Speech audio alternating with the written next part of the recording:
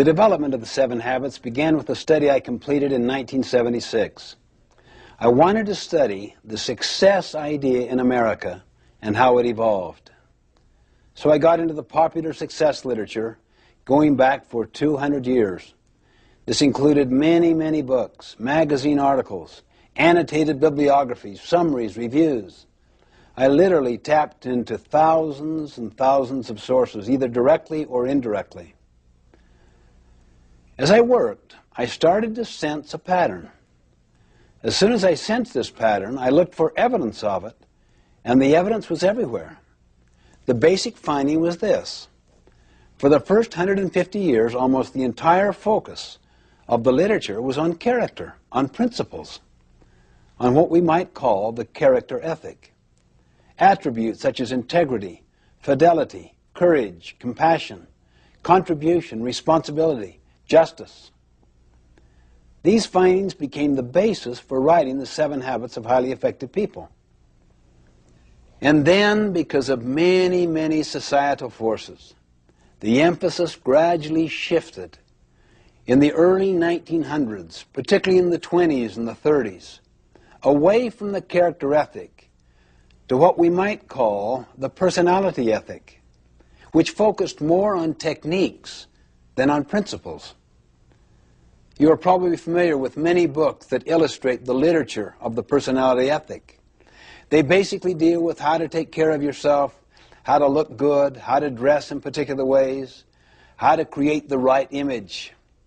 In other words, the personality ethic focuses on how to appear to be rather than on how to actually be. Many of these techniques have real merit.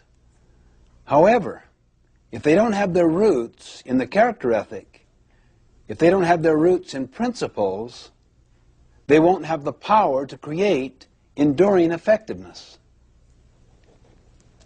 For example, what if people learn techniques of influencing others, but they're fundamentally duplicitous or deceitful in their character? What if they really wanted to use people to build their own economic success?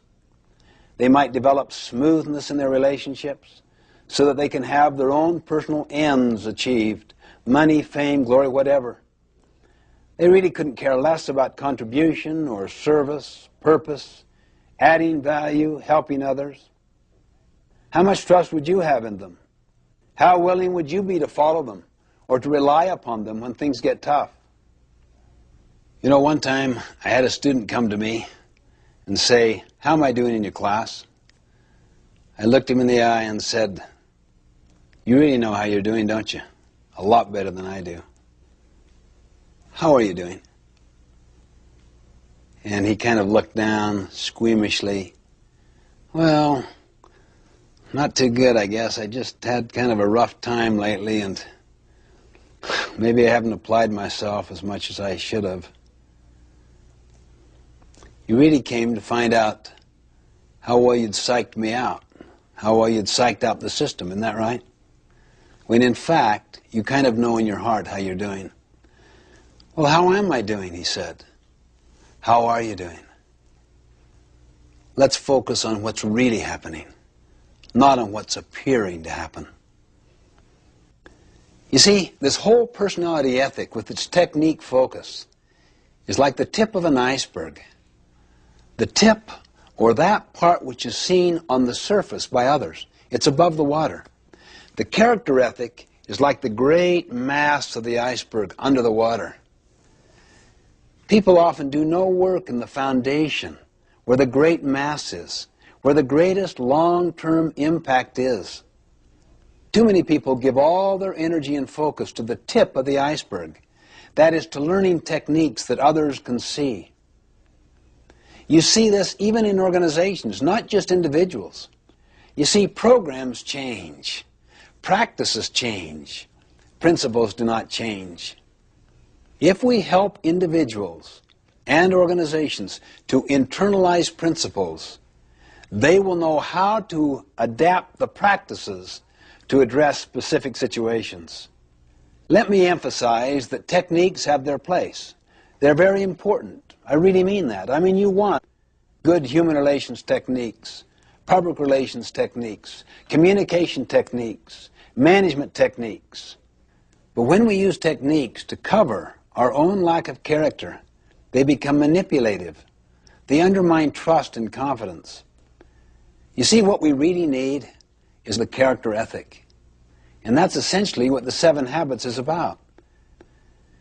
This material is based on an inside-out approach, meaning we give our first energies to our own character development before we focus on techniques or how to be more effective with others.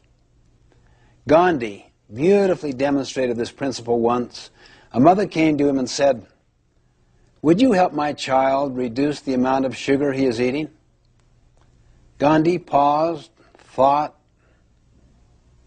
and answered, "Well, talk to me in a week." A week later, the mother asked him again, and he talked to the boy, and the boy agreed. And the mother said, "Why didn't you talk with him last week?" Gandhi smiled and said, "You don't understand. Last week, I too was eating sugar." Unless we work on our character, we will not develop trustworthiness. And trustworthiness is built by the combination of both character and competency. We could have all of the ability in the world, but if we don't have the basic character to be reliable, to take responsibility, others will soon learn to distrust us. They're fearing that we are just trying to meet our own ends, perhaps at their expense. In my opinion, unless we return to the character ethic, we won't have the basic foundation of trustworthiness. That's what leads to trust, which is needed to build effective interpersonal relationships. In the final analysis, what we are communicates far more eloquently than anything we say or do.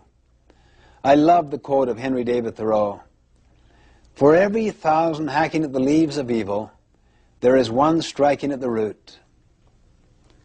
In other words, let's work primarily on the roots to begin with and build a foundation of trustworthiness. This is one of the key areas of focus in the 7 Habits, to build character and competence, and to restore trustworthiness and trust in our lives, in the lives of our families, our organizations. Trust and trustworthiness really are the basis of personal and interpersonal leadership.